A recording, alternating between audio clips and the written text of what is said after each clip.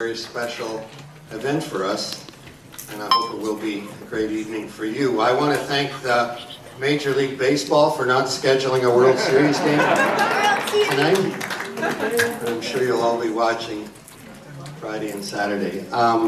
So my job on this film was to raise the money, and fortunately we have at Heritage Canada a special fund to commemorate important events in Canadian history, and the anniversary of the end of the Vietnam War and the coming of all these 60,000 refugees from Indochina to Canada was designated as such an event. So the funding for this film was from Heritage Canada. We're very grateful to Claudia Fournier and Annie Houdon who run that fund. And you know, the Vietnamese community has changed Canada immeasurably and in so many great ways, and enriched our country in so many ways. So we were honored really to be able to make this film. We'd hoped it would be a larger film, a longer film. We couldn't find a broadcaster that wanted to support the film, but hopefully a broadcaster will buy the film now, and we'll see it maybe on CBC, which would be great. Yes. So, and now I hand the film to the director and co-producer of the film, Robbie Hart. Thank you, Peter. Thanks everyone for being here. It's great to be on the stage with such special people. Thanks everyone for showing up for the Toronto premiere. We've actually had several screenings in Montreal, and in Ottawa. And we're delighted to be here tonight in Toronto for this event. I want to just thank a couple of people. Anne, who is, well, she's not there. Okay. Anne, who will be there, and who is the protagonist, the main protagonist of the film, along with her mother. Anne is in the house. Where are you, Anne? I don't see you. Oh, there you are. Okay, so Anne will be on stage after the film. And thank you so much, Anne, for your trust and for our friendship, and that was the beginning of how this film became possible, with your mother, of course. So, merci beaucoup d'être là. And I want to also recognize the editor of the film, a wonderful and very talented lady. Her name is Anya Smolenskaya, and she is, where are you, Anya? In the back there? Can you stand up for us? There she is. So Anya's here. Thank you, Anya. Amazing. And so we'll all be here together. And now I'll pass the mic over to Mr. Gary, who will make further introductions. Thanks everyone for showing up. So often people think of diplomats as champagne, caviar, and chandeliers. But in this film, you're going to see people at the front, so to speak, doing the hard work. And there's a 26-year-old female immigration officer by the name of Margaret Tebbett, who you'll see in the film doing the work and having the great job and the difficult job of saying yes or no for entry into Canada. Now, we have two very distinguished people with us on the stage. Tracey Maulfair is the Canadian representative of the UN High Commissioner for Refugees.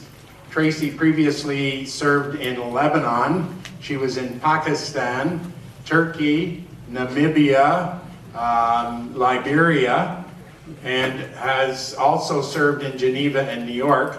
She's a lawyer by training, involved in human rights and reproductive rights, and we're very pleased that she's here to say a few words about the High Commissioner for Refugees' views on this film and the situation today.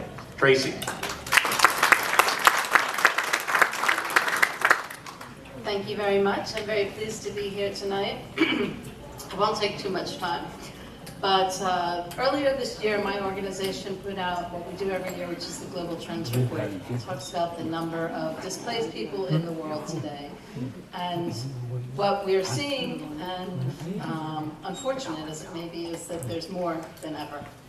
There are 122 million people that are forcibly displaced in the world today. 40 million of these, 40 million, are refugees. These are people who were forced to flee their countries, to cross international borders, and to seek safety in another country. These are massive numbers. Right? It's difficult to even understand these figures, but it's really crucial for us to take a step back and remember that each number represents an individual. Each of these individuals have their own unique stories, and not just of trauma and sorrow, but also of resilience, also of survival, and also of the ability to persevere despite incredible obstacles along the way. Tonight, we'll focus on one such story. While the film may take us back, it's 50 years ago that it happened, the themes and the memories and the kind of feelings of it echo today for refugees around the world.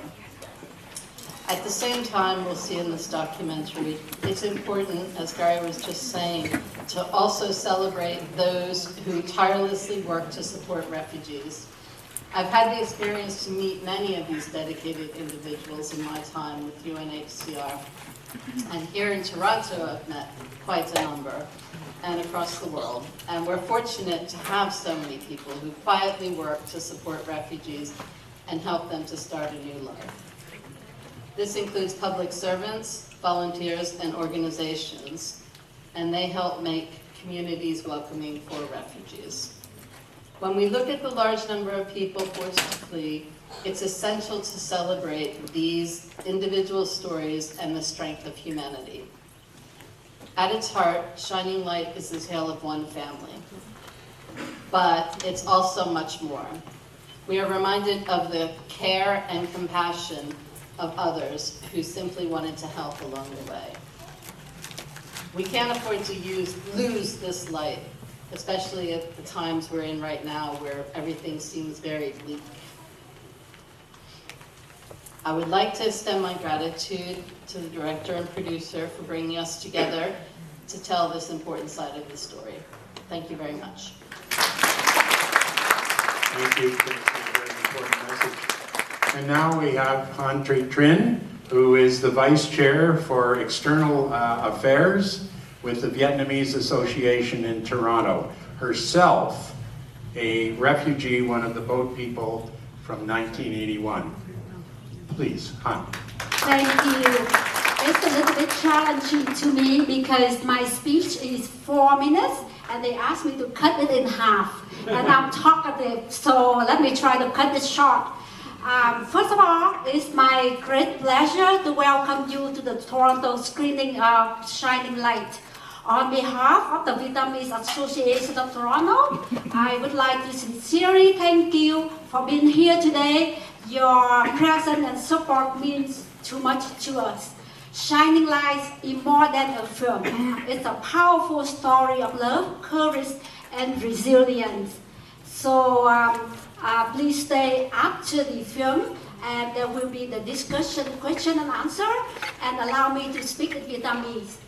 Because the audience have Vietnamese and the video gonna be spread over for all the Vietnamese in the Toronto community. Thưa quý vị, thật là một niềm vinh dự lớn lao khi tôi được thay mặt Hội Người Việt Toronto chào đón quý vị đến với buổi chiếu phim tài liệu Shining Light, ánh sáng tỏa rạng hôm nay tại Toronto, Canada. Xin chân thành cảm ơn sự hiện diện của quý vị.